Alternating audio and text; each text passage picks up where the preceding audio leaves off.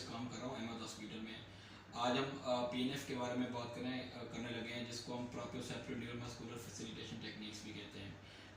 ये एक ऐसी टेक्निक्स हैं जिसको हम जादू के तौर पर भी इस्तेमाल करते हैं कि ये जादू है जिससे बॉडी बहुत ज़्यादा अच्छा रिस्पॉन्स देती है। ये ऐसे मसल्स वीक हो जाते हैं उसको भी फैसिलिटेट करने के लिए स्ट्रॉन्ग मसल्स को इस्तेमाल करके वीक मसल्स को हम क्या करते हैं, फैसिलिटेट करते हैं।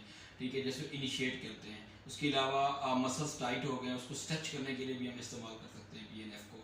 और इसमें जैसे अपर मोटर न्यूरॉन डिजीज़ आती हैं जिसमें हमारे पास spinal cord injury, CP child, और हमारे पास स्ट्रोक के पेशेंट आ गए जिसमें स्पास्टिसिटी इंक्रीज होने के चांसेस होते हैं। स्पास्टिसिटी को कम करने के लिए भी हम क्या कर सकते हैं, पीएनएफ का इस्तेमाल कर सकते हैं। बाकी आगे इसकी टेक्निक्स हैं वो डॉक्टर अक्सर आपको डिटेल में बताएंगे कि वो कौन कौन सी टेक्निक्स हैं और कैसे उसको यूज़ किया जाता है बॉडी में।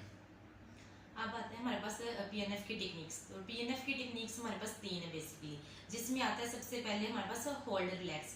होल्ड रिलैक्स को हम लोग कॉन्ट्रैक्ट रिलैक्स भी कहते हैं। अब इससे हम लोगों ने कैसे परफॉर्म करना होता है कि जो हमारे पास बॉडी में मसल्स वीक होते हैं ना, उसके ऊपर हम लोग ये अप्लाई करते हैं। अब इसमें हम लोगों ने क्या करना होता है कि सबसे पहले हम लोग कॉन्ट्रैक्ट करते हैं उस मसल्स को जितना पेशेंट एक्टिवली कॉन्ट्रैक्ट कर सकता है। ठीक है, वहां पे हम लोग उसे होल्ड कर देंगे, यानी कि रोक देंगे। 7 से 10 सेकंड्स के लिए रोक देते हैं। उसके बाद फिर हम लोग उसे दोबारा से रिलैक्स कर देते हैं, यानी कि नॉर्मल पोजीशन में ले आते हैं। तो वो होती है जो नॉर्मल पोजीशन रखेंगे वो हम लोग रखेंगे 2 से 3 सेकंड्स के लिए नॉर्मल पोजीशन में रखेंगे। और इससे हम लोग वैसे हम लोग आइसोमेट्रिकली भी कॉन्ट्रैक्शन कहते हैं। अब आइसोमेट्रिकली कॉन्ट्रैक्शन क्या होती है कि जिसमें हमारे पास जो टेंशन है ना वो जनरेट हो रही होती है, वो इंक्रीज हो रही होती है, लेकिन जो हमारी मूवमेंट है ना वो नहीं हो रही होती। जैसे कि फॉर एग्जांपल के तौर पे अगर हम लोग हाथों की करें तो हम लोगों ने क्लंच बना लेना अपने हाथों का और ऐसे हम लोग बाहर की तरफ खींचना है। अब इसमें क्या है कि हमारी जो लेंथ है ना वो चेंज नहीं हो रही है, लेकिन जो टेंशन है मसल्स में वो जनरेट हो रही है। तो यही हमारे पास होती है होल्ड रिलैक्स और कॉन्ट्रैक्ट रिलैक्स कॉन्ट्रैक्शन। अब उसके बाद आता है हमारे पास एगोनिस्ट कॉन्ट्रैक्शन। तो एगोनिस्ट लफ्ज है, तो एगोनिस्ट क्या होता है, हमारे पास प्राइम मूवर होता है। और इसके अलावा इसके जो बारक्स होता है वो होता है हमारे पास एंटागोनिस्ट। तो एंटागोनिस्ट हमारे पास ओपोजिट होता है इसके, जैसे कि एगोनिस्ट ये हमारे पास बाइसेप्स वाले हैं, तो ये हमारे पास मूवमेंट जिस तरफ हो रही है वो एगोनिस्ट होंगे। और जो एंटागोनिस्ट होते हैं हमारे बैक के मसल्स होंगे, यानी कि ओपोजिट मसल्स होते हैं ट्राइसेप मसल्स, वो होते हैं एंटागोनिस्ट। अब इसमें हमारे पास मूवमेंट वही होती है कि हम लोगों ने जितनी पेशेंट एक्टिवली अपने वीक मसल्स को कॉन्ट्रैक्ट कर सकता है वो करेगा। जितनी अब पेशेंट हमारे पास क्या है कि एक्टिवली मूवमेंट परफॉर्म कर सकते हैं ना, उतनी हम लोग मूवमेंट उसकी करवाएंगे। और उसके बाद वहाँ पे हम लोग रोक देते हैं और वहाँ पे हम लोग उसमें टेंशन जनरेट करते हैं और वहाँ पे हम लोग उसे होल्ड करते हैं। हम लोग 7 से 10 सेकंड्स के लिए या फिर 15 सेकंड्स के लिए होल्ड करके रखते हैं और उसके बाद हम लोग उसे रिलैक्स कर देते हैं। यही पैटर्न हम बार बार फॉलो करते हैं, जिससे उसकी क्या है कि मसल्स की स्ट्रेंथ गेन हो रही होती है और उसकी जो कोऑर्डिनेशन है वो बेहतर हो रही होती है। उसके बाद आता है हमारे पास contract relax with agonist contraction. अब ये दोनों मेथड को हम लोग इकट्ठा करके करवाना होता है पेशेंट को। तो अब इसमें क्या करना होता है कि हम लोग वही पैटर्न आएगा स्टार्टिंग में कि हम लोग जो मसल्स है ना उसे हम लोगों ने कॉन्ट्रैक्ट करवाना होता है। जो वीक मसल्स होते हैं उससे हम लोग जब कॉन्ट्रैक्शन करेंगे ना, उसके बाद हम लोग जब उसे रिलैक्स कर रहे हैं तो क्या करेंगे कि हम लोग उसे रिलैक्स के लिए पहले हम लोग टाइम पीरियड दे रहे थे कि 5 सेकंड्स के लिए हम लोग उसे रिलैक्स देंगे या 2 सेकंड्स के लिए, तो अब उससे हम लोग रिलैक्स नहीं देते, बल्कि हम लोग एक्टिवली दोबारा से मूवमेंट उसकी परफॉर्म करवाते हैं और उसे कॉन्ट्रैक्ट करके रखते हैं और फिर बाद में हम लोग उसे रिलैक्स करते हैं ताकि जो उसके ऑपोजिट मसल्स हैं वो रिलैक्स हो सकें, यानी कि एंटागोनिस्ट मसल्स। और जो एगोनिस्ट मसल्स है ना उनमें जो स्ट्रेंथ है वो इंक्रीज हो सके और जो पावर है वो उनकी इसकी इंक्रीज हो सके। Thank you. इसके बाद ये आता है कि पैटर्न आते हैं जिसमें D1 फ्लेक्शन और D1 एक्सटेंशन और उसके अलावा D2 फ्लेक्शन और D2 एक्सटेंशन आता है, जिसमें हम आपको प्रैक्टिकली परफॉर्म करके बताएंगे कि ये पैटर्न और टेक्निक्स या इंट्रोडक्शन हमने इसको बता दिया है, फिर हम आपको इसको ना परफॉर्म करके बता देते हैं कि हम इसको परफॉर्म कैसे करते हैं बॉडी के ऊपर। अपर लिम्ब की बेसिकली हम बता रहे हैं आपको। पहले हम लोगों ने डिस्कस किया था पीएनएफ टेक्निक को, ठीक है, उसके मेथड्स को, और अब हम लोग प्रैक्टिकली परफॉर्म करेंगे कि पीएनएफ जो टेक्निक्स के 3 मेथड्स है ना वो हम लोग कैसे परफॉर्म करवाते हैं पेशेंट्स में उनकी स्ट्रेंथ और पावर वगैरह को गेन करने के लिए। तो सबसे पहले आता है हमारे पास कॉन्ट्रैक्ट रिलैक्स। तो कॉन्ट्रैक्ट रिलैक्स में क्या होगा कि फॉर एग्जांपल के तौर पे अब हमने देखना है कि जो हमारे पास बाइसेप मसल्स है ना, यानी कि इंटीरियर साइड्स के मसल्स हैं वो वीक है हमारे पास, और जो ट्राइसेप्स मसल्स है पोस्टीरियर साइड वाले वो हमारे पास क्या है, स्ट्रॉन्ग मसल्स हैं। तो अब हमने इससे भी स्ट्रॉन्ग करना है, तो उसके लिए क्या करवाएंगे हम लोग कि सबसे पहले पेशेंट को कहेंगे कि एक्टिवली जितनी वो मूवमेंट परफॉर्म कर सकते हैं ना वो उतनी करें, जहाँ पे जाके वो रोकेगा ना फिर हम लोगों ने क्या करना है कि वहाँ पे उससे कहना है कि होल्ड करके रखिए। यहाँ पे जाके ये पेशेंट रोक रहे हैं तो यहाँ पे हम लोग इससे कहेंगे कि ये अपनी जो पोजीशन है इसे होल्ड करके रखे। कितनी देर के लिए, 7 से 10 सेकंड्स के लिए होल्ड करके रखेगा। और जब 7 से 10 सेकंड्स हो जाएंगे वो होल्ड करके रखा, उसके बाद हम लोग क्या करेंगे, उसे रिलैक्स करवा देंगे। और उसके ये रिलैक्स करेंगे हम लोग 2 to 3 सेकंड्स के लिए हम लोग रिलैक्स करेंगे। उसके बाद फिर हम लोग यही दोबारा मूवमेंट्स परफॉर्म करेंगे। तो इससे क्या होगी कि हमारे पास जो उनसे ना उसकी कंट्रैक्शन वो इम्प्रूव हो रही होती है। और इसी तरह से आते हैं हमारे पास होल्ड रिलैक्स। होल्ड रिलैक्स में अब हम लोग क्या करेंगे कि यही सिंपल है कि वही एग्जाम्पल रखेंगे हम लोग कि ये जो उनसे ना वो वीक मसल्स हैं बाइसेप और ट्राइसेप्स जो उनसे वो स्ट्रॉन्गर मसल्स हैं।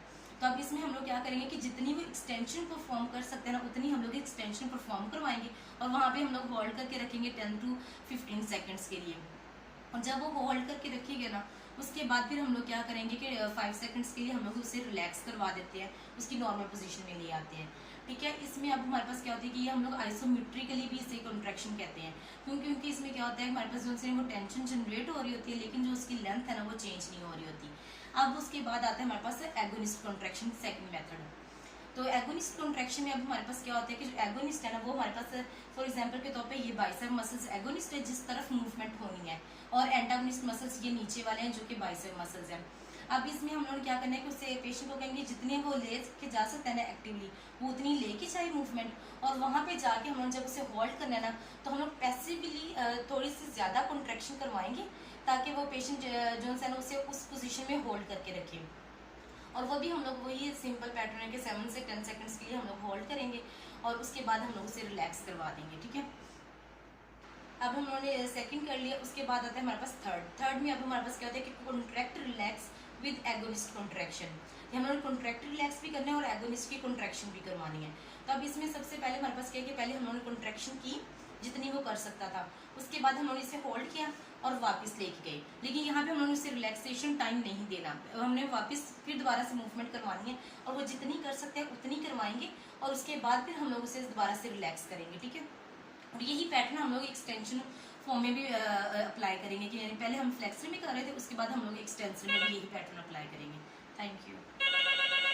बताया वीडियो में कि D1 flexion, D1 flexion, D1 extension, D2 flexion, D2 extension. ठीक है, कि हम कैसे परफॉर्म करते हैं और कौन कौन सी डिजीज़ में, जैसे मैं बता चुका हूँ आपको, मसल वीकनेस के लिए, स्पाइनल कॉर्ड की इंजरी में और स्ट्रोक के पेशेंट में, CP चाइल्ड में जिसमें स्पास्टिसिटी और जिसमें टाइट होते हैं मसल को रिलैक्स करने के लिए हम PNF अप्लाई कर सकते हैं। PNF अप्लाई हम कैसे करेंगे? D1 फ्लेक्शन में ये होगा कि हमारे पास जो शोल्डर आएगा, जो फ्लेक्शन में आएगा इसमें क्या होगी, एडेक्शन होगा। ठीक है, एडेक्शन के अंदर क्या होगा, हमारी फिंगर होगी इस पोजीशन के अंदर। ठीक है, फ्लेक्शन शोल्डर के अंदर क्या होगा, फ्लेक्शन होगी और शोल्डर की फ्लेक्शन, एडेक्शन, और इसमें होगा कि एक्सटर्नल रोटेशन। ठीक हो गया, इस फोर आर्म के अंदर भी हमारे पास फ्लेक्शन होगी और रिस्ट के अंदर भी क्या होगी, फ्लेक्शन होगी और स्पिरेशन होगी। ठीक है, ये पोजीशन आएगी, ये हमारे पास फ्लेक्शन में आएगा। ठीक है, और ये हमारे पास क्या आएगा, एक्सटेंशन में आएगा। ये फ्लेक्शन और ये एक्सटेंशन, आपने क्या करनी है, ये फ्लेक्शन और ये एक्सटेंशन। ठीक हो गया, अगला हमारे पास क्या है कि D2 फ्लेक्शन और D2 एक्सटेंशन। ये जिसको हम PNF पैटर्न में भी ये पैटर्न है। ठीक है, इसमें हमारे पास क्या आएगा, सेम पैटर्न है जिसमें सिर्फ दो चीज़ें आएगी, फिंगर की क्या होगी, अबडक्शन आ जाएगी और हमारे पास क्या हो जाएगा, यहाँ पे अबडक्शन आ जाएगी। इसमें ये होगा कि ये चीज़ हमारे पास आ जाएगी, शोल्डर की फ्लेक्शन आएगी और हमारे पास क्या आएगी, अबडक्शन आएगी और हमारे पास आ जाएगा एक्सटर्नल रोटेशन आ जाएगी। ठीक है, ये चीज़। ठीक है, और इसमें हमारे पास इधर क्या आएगा, ये पैटर्न आएगा जिसमें हमारे पास शोल्डर की क्या होगी, एक्सटेंशन होगी, शोल्डर की एडक्शन हो जाएगी और हमारे पास जो आएगा शोल्डर की इंटरनल रोटेशन आ जाएगी। इसके ऊपर भी हमारे पास क्या होगा, प्रोनेशन में आ जाएगा ये चीज़, ये प्रोनेशन, और हमारे पास क्या होगा, ये एक्सटेंशन में आएगा ये।